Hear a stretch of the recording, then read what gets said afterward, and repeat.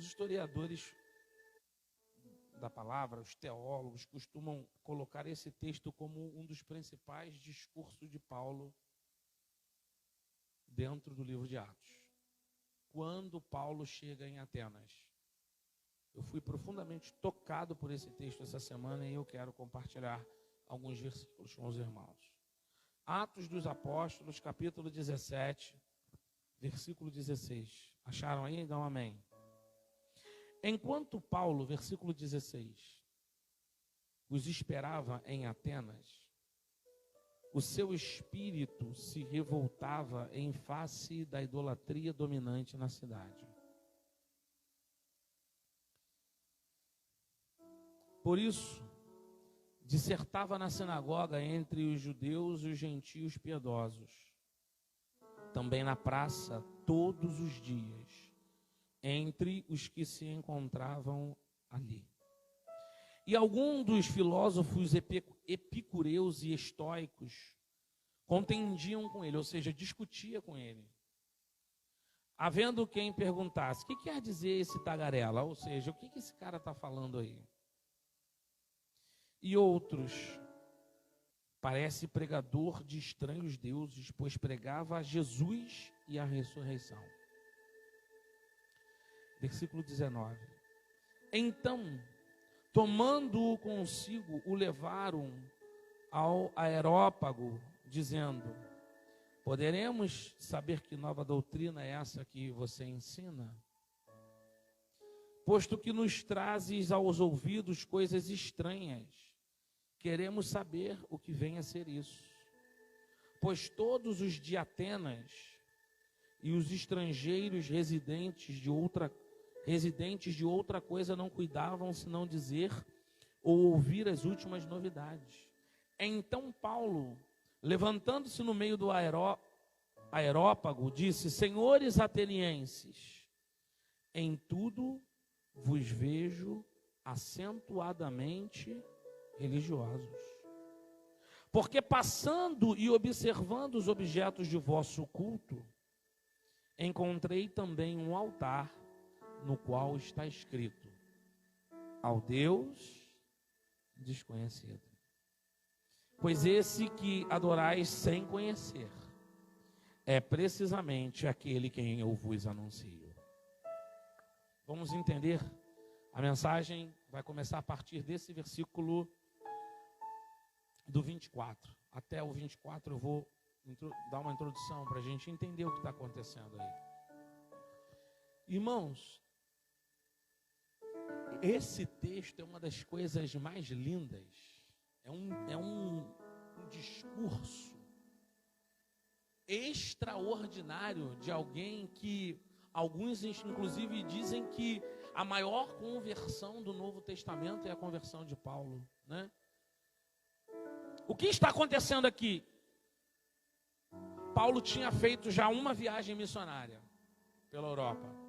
Já tinha pregado o evangelho junto com o seu companheiro. Que se você olhar os versículos anteriores,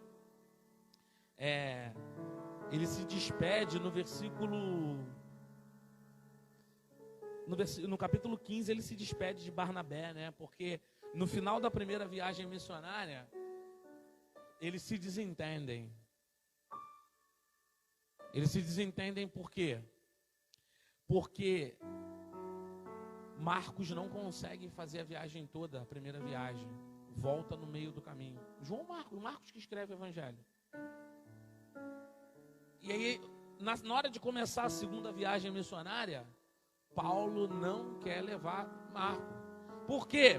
Porque ele sabia que Marcos não ia aguentar essa segunda viagem. Mas Barnabé cismou que ele tinha que levar. E aí eles brigam, né? E aí eles se separam. Brigam no bom sentido.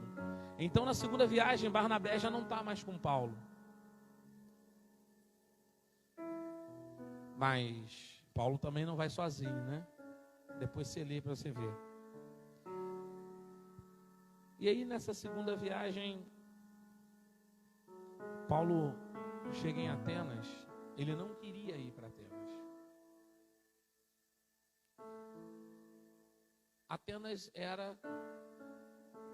Atenas foi o centro nervoso, o centro intelectual do mundo antigo. Atenas, capital da Grécia, foi o centro intelectual do mundo antigo. Filosofia grega, foi lá que foi Platão, Sócrates, Aristóteles. Ou seja, se discutia de tudo em Atenas. Para você entender o que Paulo está falando aqui, você precisa saber o que eu vou falar agora para você. Além disso, em cada esquina tinha uma estátua de um deus. Atenas era a capital intelectual do mundo antigo. Na verdade, gerou o helenismo, né? Gerou os maiores filósofos de todos os tempos. Paulo chega nesse lugar contrariado, ele não queria ir, não vai dar tempo de eu contar toda a história para você, é porque antes um anjo aparece para ele e fala, atravessa a Macedônia, né? Marcos Feliciano, no auge do seu ministério, tem uma das maiores pregações para mim de todos os tempos, passando a Macedônia. Você nunca viu essas mensagens, não? Gente, cadê os crentes dessa igreja pentecostal? Quando eu era jovem, eu ficava ouvindo Marcos Feliciano o tempo todo, né? Passando a Macedônia. Tem o DVD também, eu tenho esse DVD. Um anjo aparece para ele e fala, vai para lá. Ele não queria ir. E ele obedece ao Senhor. E ele cai em Atenas. Aquilo tudo que Paulo estava vendo começou a mexer com o interior dele. Aí você vai falar assim, poxa, caramba, olha isso, irmãos. Mas realmente, se ele é crente, né? Isso vai mexer com ele, porque eles lá adoram tudo que é Deus, eles querem explicar as coisas usando toda a filosofia, e ele é um homem da fé. Só que você tem que lembrar que Paulo nasceu em Tarso, na capital da Cilícia. Ou seja, Paulo nasceu exatamente, Paulo é cidadão romano, Paulo foi criado aos pés de Gamaliel. Paulo é um homem da filosofia. Antes do capítulo 9, antes de Atos dos Apóstolos, capítulo 9, o que está narrado em Atos dos Apóstolos 9? Paulo encontra Jesus. Melhor, vamos inverter, né? Jesus encontrou Paulo. E ele cai do cavalo. Eu não sei se era cavalo, mas eu estou falando assim. Literalmente. Paulo se converte. Paulo cai do cavalo, fica cego 3 dias. Antes desse episódio, quem é esse homem? Esse homem é um dos maiores homens, um dos maiores cidadãos romanos. Ao mesmo tempo, ele era judeu. Olha isso. Ele era um dos maiores intelectuais do seu tempo. Esse homem, quando chega em Atenas, depois de convertido, ele se incomoda com toda essa intelectualidade, com tudo que a razão, que os homens ali só explicavam tudo pela razão. Aquilo começa a consumir Paulo, começam a consumir, ele não aguenta, e o que ele faz? Vai para as praças e começa a pregar o evangelho. Por quê? Porque, escuta o que eu vou te dizer aqui, meu irmão, quando eu começar a pregar eu te aviso. Porque em Atos 9, na hora que ele cai do cavalo, escuta o que eu estou te dizendo, hein? O Senhor te trouxe aqui para te mostrar isso. Que se a tua razão ainda é maior do que a tua fé, uma hora eu e você, a gente cai do cavalo. Na hora que ele cai do cavalo, meu irmão, na hora que ele cai do cavalo, ele fica 3 dias cego. O homem que, se você ler antes do capítulo 9 de Atos, era exatamente quem perseguia os cristãos. Por quê? Como ele era doutor da lei, ele estava tão preso à lei, em nome da própria lei, ele matava os cristãos. Ele consentiu na morte de quem? Primeiro mártir da Bíblia, Estevão. Pastor, o senhor está falando esses nomes aí, eu estou voando. Domingo, 9h30 da manhã, dá uma glória a Jesus. Espero aqui, hein? Irmão, esse homem perseguiu, mandou matar, consentiu a matança de um monte de cristão. Então eu quero, mesmo na introdução, largar uma palavra profética sobre a tua vida. Faz assim com a sua mão. tudo aquilo que Satanás um dia pode ter até te usado para fazer, Deus vai fazer em dobro, em triplo, em quádruplo. Quantos podem dar um glória a Jesus? Aplauda mesmo a Jesus, irmão.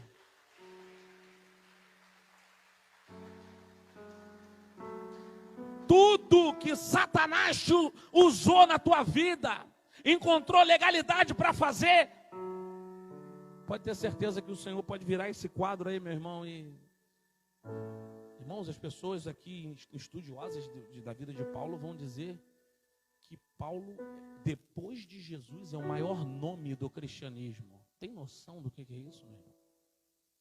Tem noção do que é isso? 80% do Novo Testamento foi escrito com a caneta na mão de Paulo, tem noção? Dos 27 livros que o Novo Testamento tem, quase 80% é dele.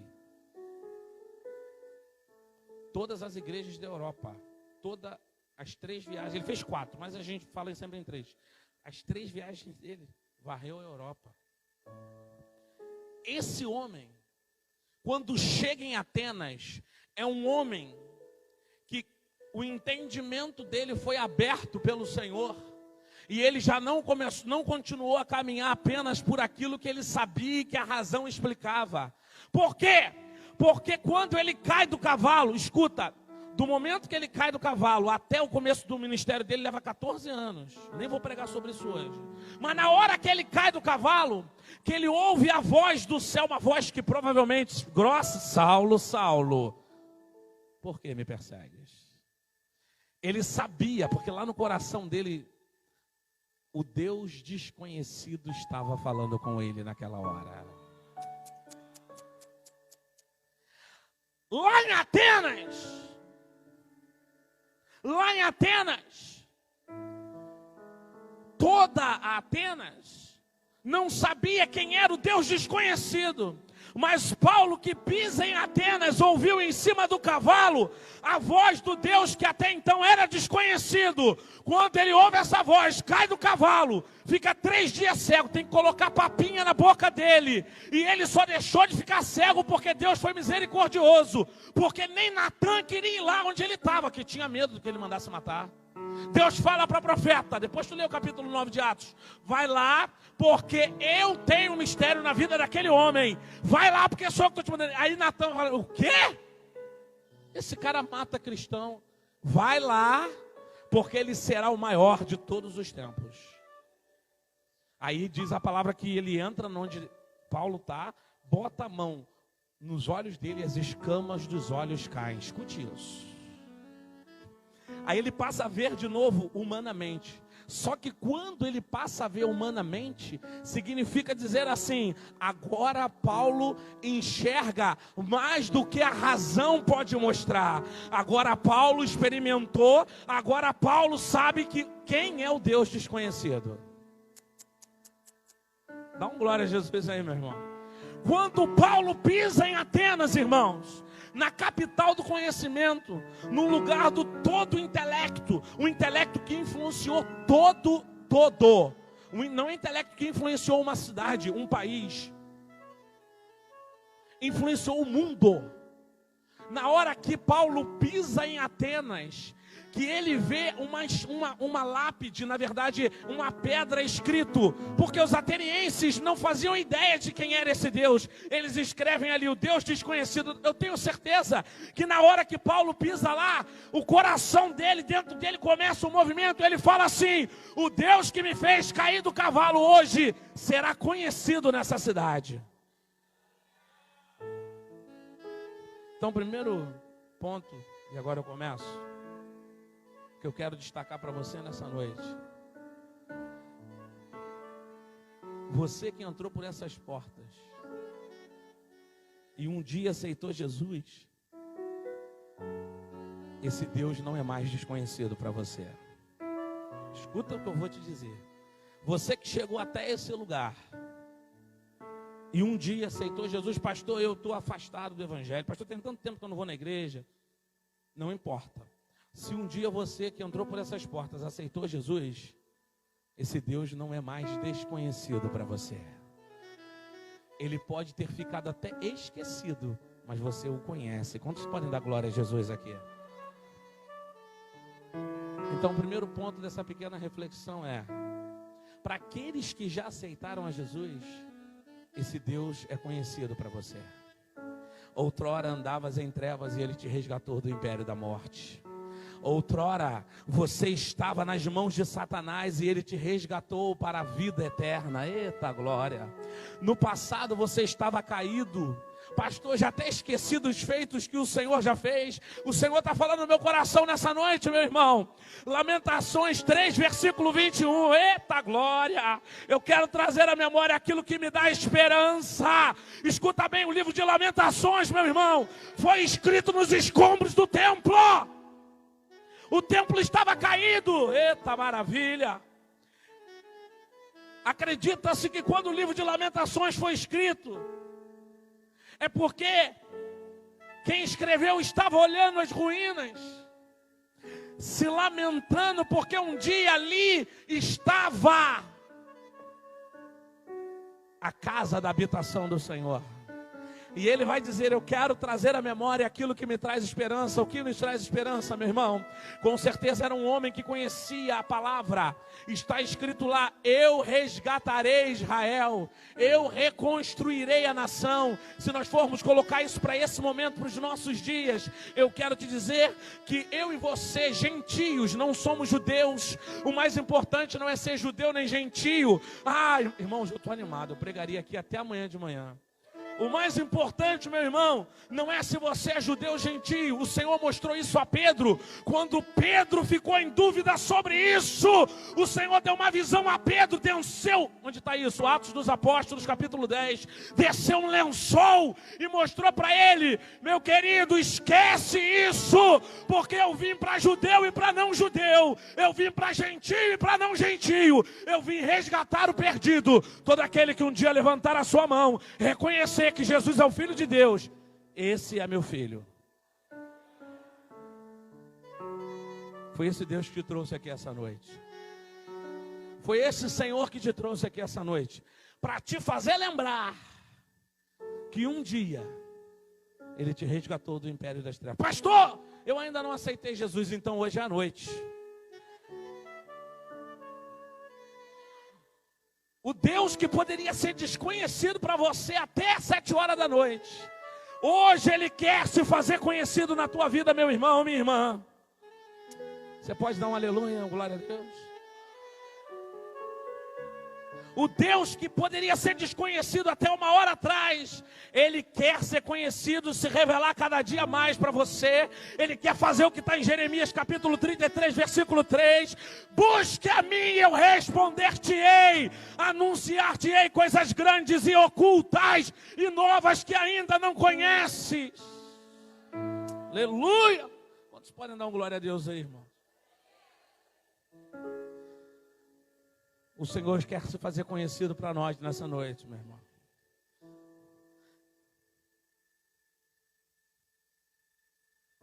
Quando Paulo, esse homem que Deus, aquela placa não fazia mais sentido para ele. Quando Paulo cai em si, ele não aguenta. E todos os filósofos, todos que estavam em torno, perguntam para ele, a gente leu: coisa nova é essa aí que você está pregando, rapaz? Fale isso lá no aerópago, ou seja, no espaço do conhecimento. Pegaram Paulo, tiraram da praça e certamente reuniu todo mundo para ouvir Paulo, no centro intelectual do mundo. Segundo ponto dessa pequena reflexão: o Deus que está se fazendo conhecer na tua vida, o Deus que, se você quiser, a cada dia se revelará mais. Sabe por quê?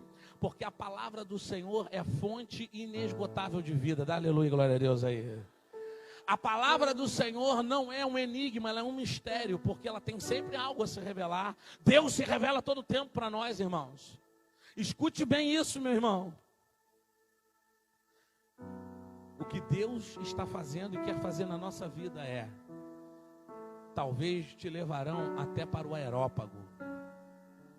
Pastor, onde é o aerópago? O centro da tua casa, o teu ambiente de trabalho, tua sala de aula, teus vizinhos, uma partida de futebol. Uma partida de futebol, academia que você malha. Onde você estiver, será o teu aerópago. E aí Paulo é convocado a falar: quem é? Que doutrina é essa? O que você está falando? Porque a gente aqui conhece filosofia. E aí Paulo começa, você poderia, aí agora, irmãos, vou ler a palavra, porque eu quero te dizer que um dos maiores erros nossos é querer falar do Senhor com a razão, é querer falar do Senhor com palavras bonitas. Eu tenho falado isso para os meninos lá em casa. A gente às vezes quer falar de Deus com coisas complexas para o nosso vizinho, para o nosso amigo, a gente às vezes para nós mesmos. Olha o que Paulo faz. Esse é um homem que um dia caiu do cavalo. Esse encontrou com o Senhor. Quando Paulo está no meio, que ele tem que falar de Deus, o que ele faz? Versículo, olha para a sua Bíblia. Versículo 24. Ele diz assim no final do 23. Esse Deus que vocês não conhecem é o Deus que eu anuncio, porque um dia eu conheci. Quem é esse Deus? Olha o que Paulo faz com eles. O Deus que fez o mundo e tudo o que nele existe, sendo ele Senhor do céu e da terra. Ele não habita em santuários feitos por mãos humanas. Dá um glória, um aleluia aí. O Deus que eu quero que vocês conheçam, Ele é o Deus que fez todas as coisas. O que Paulo estava falando para eles? Porque a filosofia sempre buscou, escuta o que Paulo estava fazendo. A filosofia, ela sempre buscou a pergunta fundante da raça humana: de onde viemos? E os filósofos vão falar que existia uma partícula fundamental, arqué, seria a partícula que dá origem a todas as coisas. Paulo sabia de tudo isso. Paulo era um filósofo extraordinário. Olha o que Paulo faz com a cabeça deles. O Deus que vocês não conhecem, ainda que vocês não sabem, é que esse Deus desconhecido que está na placa, esse Deus é o Deus que fez o mundo e tudo que há nele. Por quê? Por que Paulo faz isso, meu irmão, minha irmã? Porque está escrito, Gênesis capítulo 1, versículo 1. No princípio, criou Deus o céu e a terra. E a terra era sem forma e vazia. Não é à toa que Paulo começa a falar de Deus assim para eles. Por quê, pastor? Porque escute bem. Porque, irmãos, quando está escrito assim, em princípio, não é nossa tradução, né?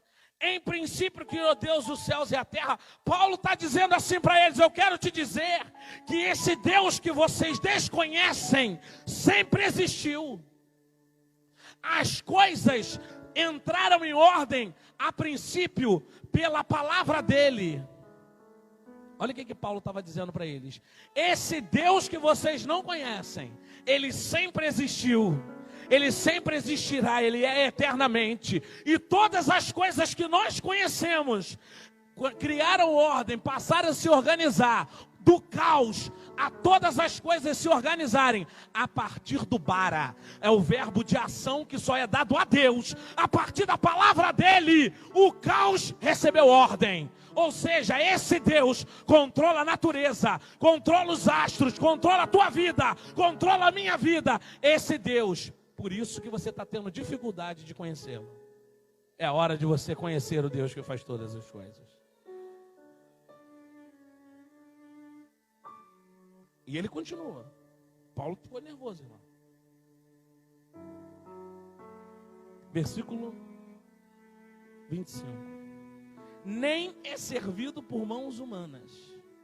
como se de alguma coisa precisasse, pois Ele mesmo é quem a todos dá vida, respiração e tudo mais. Aqui Paulo criou um nó na cabeça deles. Por quê?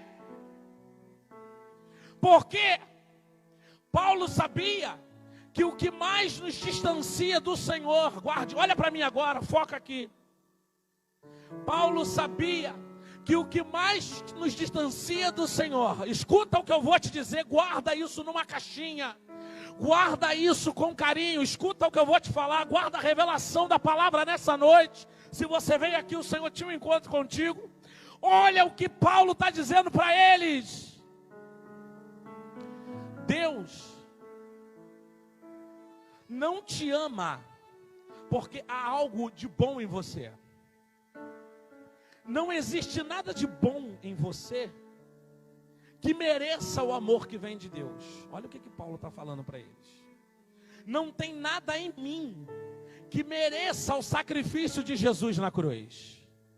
Não tem nada em nós, porque está escrito na palavra, Ele nos amou primeiro. Ou seja, o amor dele não depende da tua bondade. Aí tu vai falar assim, mas caramba, pastor, então andar com esse Deus não depende de quando eu sou bom ou ruim? Não, claro que não. Se dependêssemos de nós já estaríamos no inferno. A palavra diz que depois de Adão todos são pecadores, nascidos do pecado. Então do que depende? Filipenses capítulo 2, o mesmo apóstolo Paulo vai dizer, ele se esvaziou de si mesmo, se humilhou. O que Paulo queria dizer para os atenienses? O que separa você desse Deus? Por que ele é desconhecido para você? Porque você quer ser senhor de você. Você é soberbo. Para conhecer esse Deus, você precisa se esvaziar de você, se humilhar, reconhecer que Ele é Deus. Aplauda mesmo a Jesus, meu irmão. Paulo estava dizendo para ele assim, enquanto vocês forem soberbos, enquanto você achar que você é alguma coisa, nunca ele será conhecido para você. A única coisa, irmãos, que nos arrebenta com Deus é a nossa soberba. O Senhor não espera, irmãos, nós não somos nada de bom. Sabe o que o Senhor quer? Um coração contrito e humilhado, que reconhece que Ele é o Senhor. Ele fez os céus e a terra, e tudo que nela contém. Nós somos pó, miseráveis. Você sabe o que a palavra Adão significa? O primeiro homem, a palavra Adam, significa toda a humanidade. Nelas contém, na palavra Adam, significa assim, no hebraico, significa assim, ó, aqui está representado toda a humanidade, só que tem que essa mesma raiz da palavra do hebraico, significa barro vermelho. Meu Deus, significa assim, ó, vocês vieram do pó da terra, do barro, e eu sou o oleiro, e quem molda o barro sou eu. Se não se humilhar, se não reconhecer que eu sou Deus, as trevas te esperam, porque aí você vai ser senhor de si mesmo. Era o que Paulo estava dizendo nessas palavras para ele. Meu Deus. Paulo estava falando assim, cai do cavalo igual um dia eu caí. Desce do pedestal. Quem somos nós diante do Todo-Poderoso? Vocês são muito conhecidos. Olha o que Paulo fez com os caras, irmão. Os caras eram terríveis. Vocês são os caras, porque vocês são senhores de você mesmo. Paulo estava lembrando, sabe do quê? De quando Adão e Eva meteram a mão na árvore. Pegar o fruto proibido é querer caminhar com as próprias pernas. É querer saber tudo. Mas aí, quando o homem quis saber tudo, teve que pegar folha de figueira na viração do dia dentro do jardim para se esconder do Senhor. Fala, meu Deus. Mas não se preocupa, eu preguei domingo passado aqui, né? Essa mesma folha de figueira, quando Jesus encontra Natanael, ele fala para ele, eu te vi, você se escondeu embaixo da figueira. Quantos estavam aqui domingo passado? Eu troco essas folhas de figueira pelo meu manto. Eita maravilha. Aquilo que era vergonha vai ser glória para o meu nome. Aquilo que era transgressão, aquilo que era pecado, aquilo que era soberba, vai ser exaltação para o meu nome, diz o Senhor. Basta você se humilhar, tira a capa do coração. A palavra diz: conhecereis a verdade vos libertará. No Evangelho de João, o que significa verdade? Significa, mostra quem você é, abre o teu coração, se humilha, veste pano de saco, porque grande é o Senhor e muito digno de ser louvado. E Paulo continua. E Paulo estava inspirado, irmãos. Olha o que o homem vai dizer para os atenienses que se achavam. Versículo 26. De um só, olha Paulo falando lá do Éden, fez toda a raça humana para habitar sobre toda a face da terra, havendo fixado os tempos previamente estabelecidos, os limites da sua habitação. Ele estabeleceu tudo para buscarem a Deus, se porventura tateando o possam achar, bem que não está longe de cada um de nós, pois aí é para tu dar um glória. Olha o que Paulo vai dizer para os meninos lá de Atenas. Nele vivemos, dá um glória. Nele nos movemos, nele existimos, como algum dos vossos poetas tem dito, porque dele também somos geração. Nele vivemos, nele nos movemos, nele existimos. O que Paulo estava lembrando? Irmãos, Paulo o tempo todo estava dando tapa na cara deles, dizendo assim: sabe o que é pneuma? Sabe o que é movimento, o que é espírito? Esse Deus que é desconhecido, ele é espírito. E para conhecer aquele que é espírito, Jesus falou isso para Nicodemos também. Para você conhecer aquele que é espírito, você tem que descer do teu pedestal. Por quê? Para conhecer o que é espírito, você tem que enxergar e viver as coisas do espírito. Entende? Então nessa noite, o Deus que talvez possa até parecer desconhecido ou esquecido por um tempo, nessa noite ele está dizendo assim: estou te lembrando, eu quero trazer à memória quem sou eu na tua vida, na tua história. Aí ele vai dizer no versículo 29, né? É 29, é. Sendo, pois, geração de Deus, não devemos pensar que a divindade é semelhante ao outro, a prata ou a pedra, trabalhados pela arte e imaginação do homem. Meu Deus. Sabe o que eu lembrei aqui, irmãos? Se você tivesse um caderno e estivesse anotando hoje essa palavra, acho que Paulo lembrou da revelação de Daniel sobre a estátua. Escuta só. Quantos lembram aqui o que Deus mostrou a Daniel no livro de Daniel, sobre a estátua? Cabeça de ouro, peito de não sei o que, papapá. No final vem uma pedra do céu e destrói a estátua.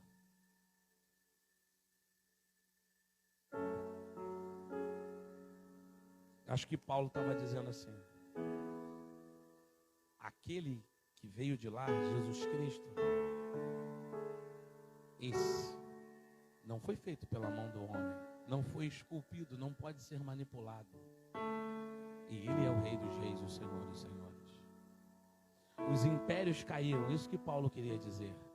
Os impérios caíram, os grandes impérios caíram, e ele continua sendo Deus. Ora, não levou Deus em conta os tempos da ignorância, agora porém notifica aos homens que todos em toda parte se arrependam, porquanto estabeleceu um dia em que há de julgar o mundo com justiça, por meio de um varão que destinou e acreditou diante de todos, ressuscitando-o dentre os mortos. Paulo arrumou outro problema, porque saduceu não acredita em ressurreição. Paulo arrumou outro problema. Eu não dá tempo, tá, irmão, de falar tudo, mas Paulo arrumou um outro problema. Quando ouviram falar de ressurreição de mortos, uns escarneceram, outros disseram: a respeito disso, te ouviremos em outro momento. A essa altura Paulo se retirou do meio deles. Houve, porém, alguns homens que se agregaram a ele e creram. Entre eles estava Dionísio, o Areopagita, uma mulher chamada Dâmaris, e com eles outros mais. Uns zombaram, outros não zombaram, se retiraram, outros se converteram ao Senhor Jesus. Aquele Deus desconhecido se fez conhecido para esses que aceitaram o Senhor Jesus. Como é Santa Ceia, não dá para eu largar tanto prego e continuar. Eu quero te dizer que nessa noite Deus se faz conhecido entre nós. Ele se faz tão conhecido entre nós que Ele abriu mão da sua glória. Eu estou com essa música a semana toda na cabeça. Eu cantei essa música em todos os meus tempos com Deus essa semana. Ele abriu mão da sua glória, morreu no madeiro por mim e por você. Coloca a mão no teu coração e diz assim: Ele abriu mão da sua glória, entregou seu filho por mim, se fez sacrifício por mim, só porque me ama. Diz assim: só porque me ama. Quantos podem dar uma glória a Jesus? Esse Deus já não é tão desconhecido mais para nós, né, irmãos? Ele se faz conhecido em nosso meio nessa noite. Pastor, eu não me sinto salvo em Cristo Jesus. Eu quero primeiro te dizer que a salvação não depende de você, né? Se dependesse, não depende de nada que há em nós. Isso é obra e graça dele. Ele nos amou primeiro e Ele quer se fazer conhecido na tua vida. Eu amo o Senhor porque quanto mais eu o conheço, mais tem coisa a conhecer dele. E mais eu vejo o quanto Ele é bom, o quanto Ele é maravilhoso e o quanto Ele me ama. Quantos entenderam essa pequena reflexão nessa noite?